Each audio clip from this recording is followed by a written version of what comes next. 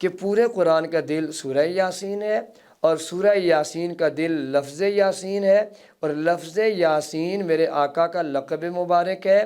جس طرح دل کے بغیر انسانی اعضاء کی موت واقع ہو سکتی ہے، انسانی اعضاء جینے کے قابل نہیں رہتے، حسن ابھی باقی ہے، آنکھیں اپنی جگہ پہ موجود ہیں، کان اپنی جگہ پہ موجود ہیں، دانت بھی سلامت ہیں، چہرہ بھی سلامت ہے، ٹانگیں بھی ٹھیک ہیں، لیکن دل جو ہے وہ ختم ہو گیا ہے، انسان کا کوئی اعضائے جسم فنکشنل نہیں رہتا۔ فرمایا اسی طرح اس کائنات کا دل حضور کی ذات ہے، اور حضور کی حیات ہی، یہ عقیدہ حیات النبی، حضور نبی کریم صلی اللہ علیہ وسلم کی حیات ہی وہ دنیا کے اندر اس کائنات کی زندگی کا سبب ہے۔ اور کیا خوبصورت نقطہ ہے، اللہ رب کریم ہمیں سورہ یاسین شریف کی تلاوت، اس کے اندر قسمیہ واو والقرآن، قرآن کریم کی قسم، اللہ رب کریم نے، لوگوں نے کہا تھا نا کہ آپ رسول نہیں ہیں، لست مرسلہ، آپ رسول نہیں ہیں، اللہ نے فرمایا یاسین، مجھے آپ کے چہرہ انور کی قسم، والقرآن الحکیم، قرآن حکیم کی قسم، انک لمن المرسلین، میرے حبیب انہوں نے تو ایک بار کہا ہے لست مرسلہ، میں 3 قسمیں اٹھا کے کہہ رہا ہوں، انک لمن المرسلین، آپ رسولوں میں سے ہیں۔ اچھا اگلی بات، ڈی ٹریک نہیں ہے، علی صراط مستقیم، آپ صراط مستقیم پہ ہیں۔ اب آپ یہ اوقات بڑی ڈیٹیل ہے سورہ پاک کے اندر، اور گزشتہ اقوام نے اپنے رسولوں کو جٹلایا، انہوں نے بار بار کہا انک لمن المرسلین، ہم رسولوں میں سے ہیں، انا مرسلون، ہم رسولوں میں سے ہیں، مختلف قسم کی، لیکن انہوں نے ہیلے بہانے تراش کے انبیاء کرام کو ٹارچر بھی کیا، انہوں نے اللہ کے رستے کو نہیں چھوڑا۔ اس سورہ یاسین شریف کے اندر ایک بات جو بڑی کلک کرتی ہے وہ یہ ہے کہ آج دیکھیں، جھوٹ، غیبت، بددیانتی، غلط سوچنا، غلط چلنا، غلط پکڑنا، یہ ساری چیزیں ہماری زندگی کا حصہ بن چکی ہیں۔ کہیں نہ کہیں تو اس کو کلچر کے اندر شامل کر لیا گیا ہے کہ وائلیشن یا اپنے کام، اپنے فائدے کے لیے جو دین کا اصول ہمیں ملے ہم اس کو لے لیتے ہیں، اور جو ہماری مرضی، ہماری ڈیزائرز، ہماری خواہشات کو ٹکرائے ہم اسے دین کا حصہ ہی نہیں سمجھتے بھی ہیں تو اسے اڈاپٹ نہیں کرتے۔ اللہ، یہ بہت بڑی خام خیالی ہے۔ قرآن نے سورہ یاسین شریف کے اندر روز پڑھتے ہیں، کوئی مر رہا ہو تب بھی پڑھتے ہیں، کسی کو ثواب کے لیے تب بھی پڑھتے ہیں، مختلف انداز میں ہم اس کو پڑھتے ہیں۔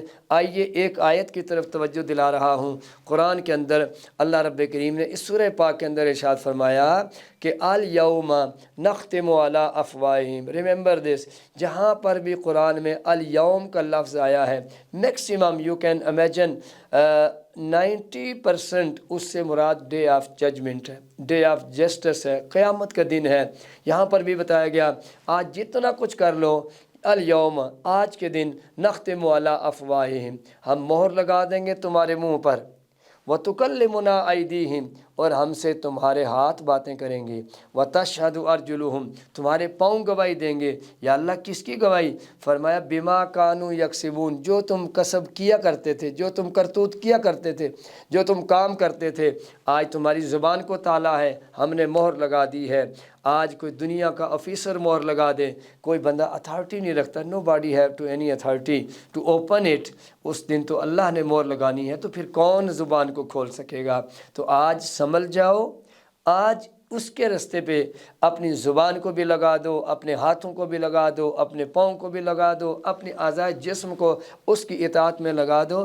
کل جس حصے سے رب پوچھے، آواز یہ آئے، آنکھیں کہیں میں قرآن پہ ٹکتی تھی، زبان چپ ہے، کان کہیں مجھے قرآن سنائی دیتا تھا، دل کہے میں تو تیری یاد میں دھڑکتا تھا، قدم گواہی دیں کہ ہم تو تیری ہی طرف چلتے تھے۔ تو یہ ہے سلیبس آف لائف۔ اس سورہ پاک میں بہت ساری ایسی باتیں ہیں، لیکن آگے گزر رہا ہوں۔ سورہ صافات، یہ سورہ پاک 182 آیات پر، اور اس کے بھی 5 رکوع ہیں۔ یہ سورہ پاک بھی مکہ پاک میں آقا صلی اللہ علیہ وسلم کے اوپر نازل ہوئی ہے۔ اس کے اندر جہاں اور بہت ساری باتیں ہیں، حضرت ابراہیم علیہ السلام، جناب اسماعیل ذبیح اللہ علیہ السلام، آپ کا ذکر، اللہ نے حضرت ابراہیم کو عمر کے آخر حصہ میں بیٹا بھی عطا فرمایا۔ بیٹا دوڑ دھوپ کے قابل ہوا، پیغام خدا بندی آیا کہ اے میرے ابراہیم تو خلیل ہے۔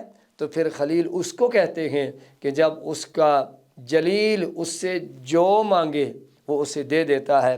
اور آج آپ نے اپنے بیٹے کو میری محبت میں قربان کرنا ہے۔ سبحان اللہ، بڑا امتحان ہے، بڑی محبتیں شامل ہیں، اور کیا ہی انداز ہے۔ باپ دیکھیں کمال عروج پر، بیٹا دیکھیں کمال محبت میں، اور اماں جان کی تو بات ہی کچھ اور ہے۔ سب کچھ اللہ کے نام پہ اس خاندان نے قربان کر کے رب کو پیار آیا، اور گلے پہ چھری ہے، اور نیچے جنت سے دمبا منگوا دیا گیا، اور اوپر سے ونادیناہ کی صدائیں آتی ہیں۔ آج ماں بچے کو بلائے، پیار سمایا نہیں جا سکتا۔ استاد بچے کو، اسٹوڈنٹ کو بلائے، محبتیں کسی میسر میں نہیں آتی۔ اللہ وہ خالق بھی ہے، وہ مالک بھی ہے، اسے ان گردنوں سے کیا لگے، اسے ان چھریوں سے کیا لگے، اسے اس خون سے کیا لگے۔ وہ تو یہ دیکھ رہا ہے کہ میں نے کہا، بندے نے کر دیا۔ وَنَادَيْنَاهُ أَن يَا إِبْرَاهِيمُ قَدْ صَدَّقْتَ الرُّؤْيَا، تو نے اس خواب کو سچ کر دکھایا۔ اللہ اکبر۔ قرآن نے رہتی دنیا تک فرمایا وَتَرَكْنَا عَلَيْهِ فِي الْآخِرِينَ، ابراہیم یاد رکھنا تو نے ایک اسماعیل ذبح کرنے پہ ذرا دیر نہیں لگائی، ہم دنیا میں اس کو باقی رکھیں گے۔ تو سامعین محترم، اس سے میسج کیا ملا؟ میسج یہ ہے کہ آج اپنی اولاد کی تربیت، آج اپنی خواہشات کو اسی انداز میں اپنی خواہشات کے گلے پہ چھری پھیر دیں، اللہ تعالیٰ تمہیں وہ دے گا جو تم چاہو گے، بلکہ اس سے بھی بہتر عطا فرمائے گا۔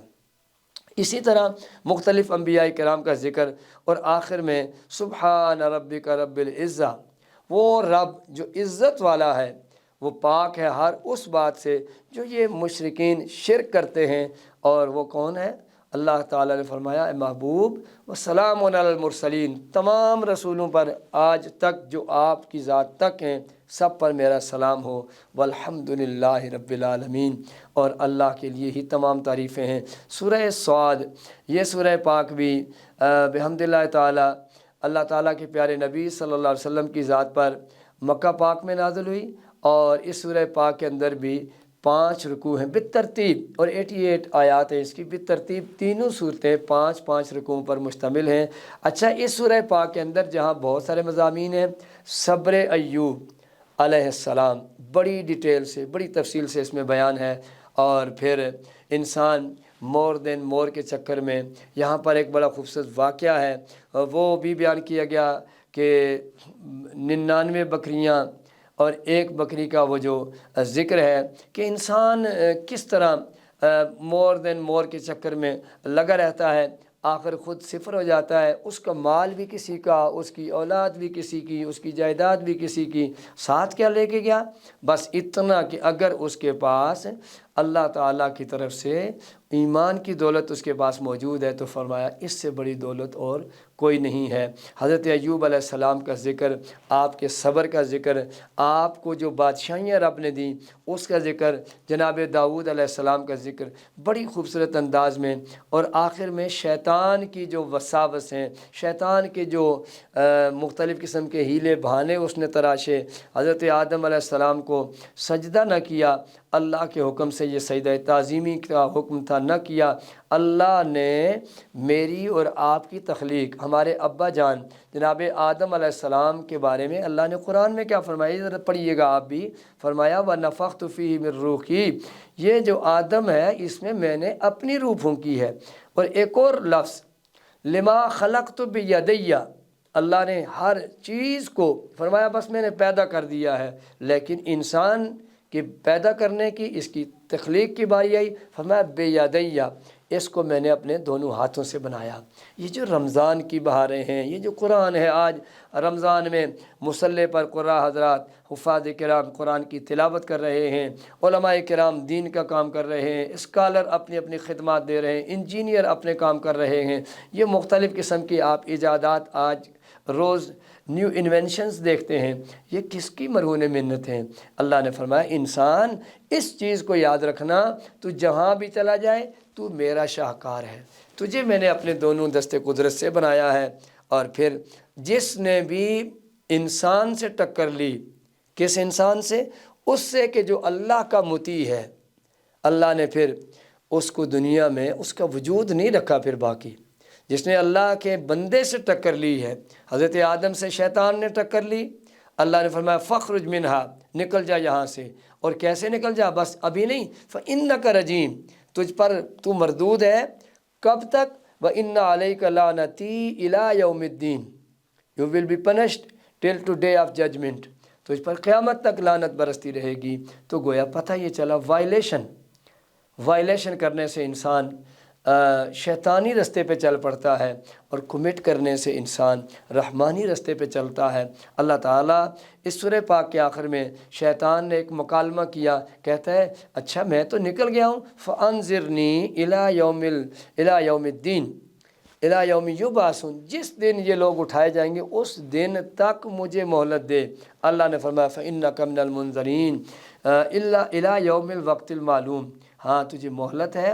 اس نے قسم کھائی، فَبِعِزَّتِكَ، اللہ مجھے تیری عزت کی قسم، لَأُغْوِيَنَّهُمْ أَجْمَعِينَ، یہ ان سب کو میں گمراہ کر دوں گا. اور ساتھ ہی کہتا ہے إِلَّا عِبَادَكَ مِنْهُمُ الْمُخْلَصِينَ، ہاں جو تیرے خالص بندے ہوں گے ان کا میں کچھ بھی نہیں کر سکتا. اللہ تعالیٰ نے فرمایا ہاں اچھا یاد رکھ، تو جس کو بھی اپنے رستے پہ لے کے آئے گا، لَأَمْلَأَنَّ جَهَنَّمَ مِنْكَ، میں تجھ سے بھی جہنم کو بھروں گا، وَمِمَّن تَبِعَكَ مِنْهُمْ أَجْمَعِينَ، اور ان کو بھی جو تیری پیروی کریں گے سب کو جہنم میں جھونک دوں گا. سامعین محترم، آخری میسج، جہنم کی ایک وادی ہے جس کا نام غیہ ہے، اس کے اندر ایک کنواں ہے جس کا نام حب ہے. اس کے بارے میں میرے آقا نے فرمایا یہ جہنم کے سب سے نچلے درجے میں ہے. اس میں جب جہنم کی آگ بجھنے لگتی ہے، اس کنویں کو کھول دیا جاتا ہے، آگ کے لمبے، آگ کے بھانبڑ دوبارہ سے جل پڑتے ہیں. اور اس میں آئے گا کون؟ کہا اس میں شراب نوشی کرنے والا، اس میں زنا کرنے والا، اس میں ماں باپ کی نافرمانی کرنے والا، اور سب سے زیادہ جو ذکر ہے بے نماز آدمی، اس کو اس جہنم کے گڑھے میں پھینکا جائے گا. آج آخری میسج، کبھی کسی کنویں کے منڈیر پہ اوپر کھڑے ہو کے نیچے نگاہ کیجئے گا کہ یہ جو ڈیپتھ ہے، اگر میں اس میں گر جاؤں تو میرا کیا رہے گا، کیا بچے گا. آج اگر یہ سوچ ہمیں آ جائے تو یہ زندگی بدلنے کے لیے کافی ہے کہ اگر یہ چھوٹا سا جس کی تہ بھی مجھے نظر آ رہی ہے، اس میں چلا جاؤں، بچتا کھ نہیں.